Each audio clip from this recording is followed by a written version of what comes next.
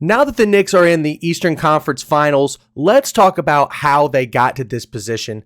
And it's all because of one man. And that one man is Leon Rose. This guy came in 2020. He was a former agent. We've seen this kind of often in the NBA over the past few years. Guys like Rob Pelinka take over basketball operations. That's what Leon Rose did here. And he represented previous guys like LeBron James, Chris Paul, Allen Iverson, Joel Embiid, you name it. Big, super mega stars, okay? Like some of the best players in the league.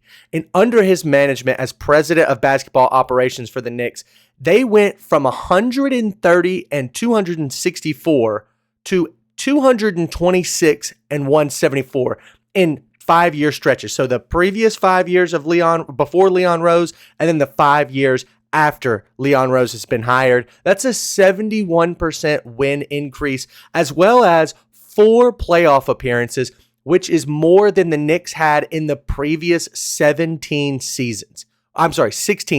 Either way, though, unbelievable stuff from Leon Rose. Now, there's been a ton happening since he became the president of basketball ops, but some of the most impactful things that he's done, for starters, is hire Tom Thibodeau.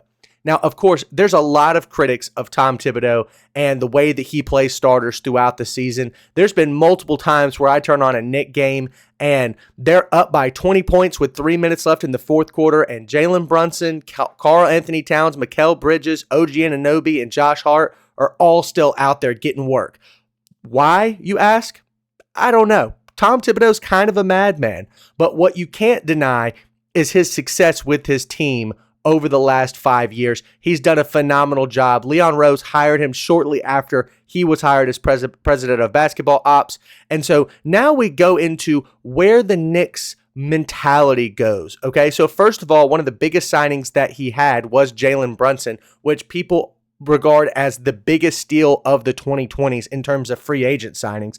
He got him on a deal where he's getting paid like $30 million a year, which Jalen Brunson right now is in best player in the playoff conversations, and you're only paying him like $35 million a year.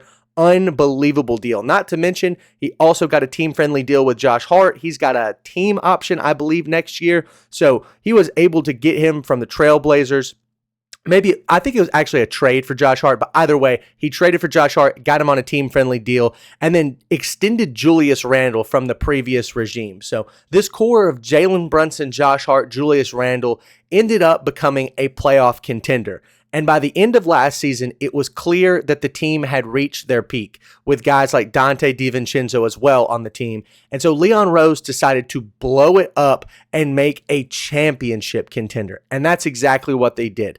He took the Los Angeles Rams strategy of F them picks and went to town.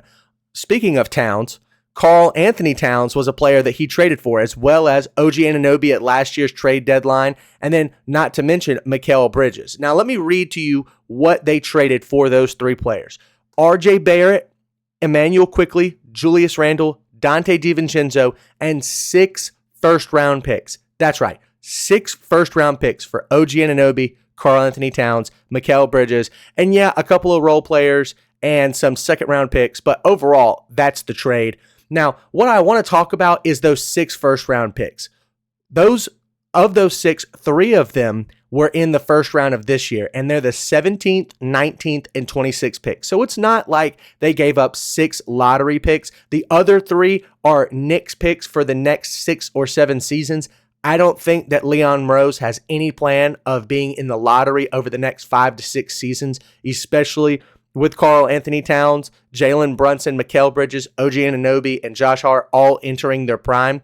Now, of course, there are some issues here with this roster, depth being one of them. It seems that the Knicks have given up the house, all of their young assets, to start winning now, and that comes with the lack of depth. You saw that with the Warriors in 2016, 2017, 2018. The 8th, 9th guy off the bench are not exactly guys that you could trust to come out and get a bucket or make a defensive stop. They do still have some younger assets like Deuce McBride and Mitchell Robinson, but those guys aren't going to be able to stick around on this team because over the next 4 or 5 seasons, this team is going to be in cap hell, because you've got to pay your max contract to Karl Anthony Towns. You got to pay premium dollars for Mikal Bridges, OG Anunoby, and then eventually Jalen Brunson will be available on the market. And if you want to keep him, who people are calling the best player in New York of the 21st century, if you want to keep that guy, you're going to have to roll out the Brinks truck and give him the max contract. So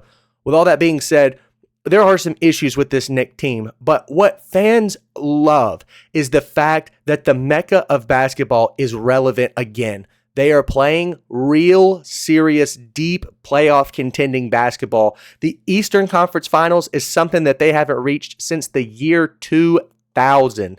And so I tip my cap to Leon Rose for getting the Knicks back there. Will it be a problem in 2 or 3 seasons when the Knicks have run out of cap room? They've got to get rid of Mikal Bridges and they don't have draft picks to replace him? Maybe. But nobody's really thinking about that right now. Everybody's talking about the fact that Jalen Brunson might be the best ISO scorer in the league, that Karl Anthony Towns is one of the best rebounders in the league, that OG Anunoby and Mikal Bridges might be the best duo of wing defenders in the league. This is where the Knicks are at right now, playing relevant basketball at the end of May and into the beginning of June with a chance to win the NBA Finals. That's what matters, and that's what Leon Rose has been able to do. So wonderful job by him, and congrats to the Knicks. It's so great to see such a historic franchise have success late in the postseason.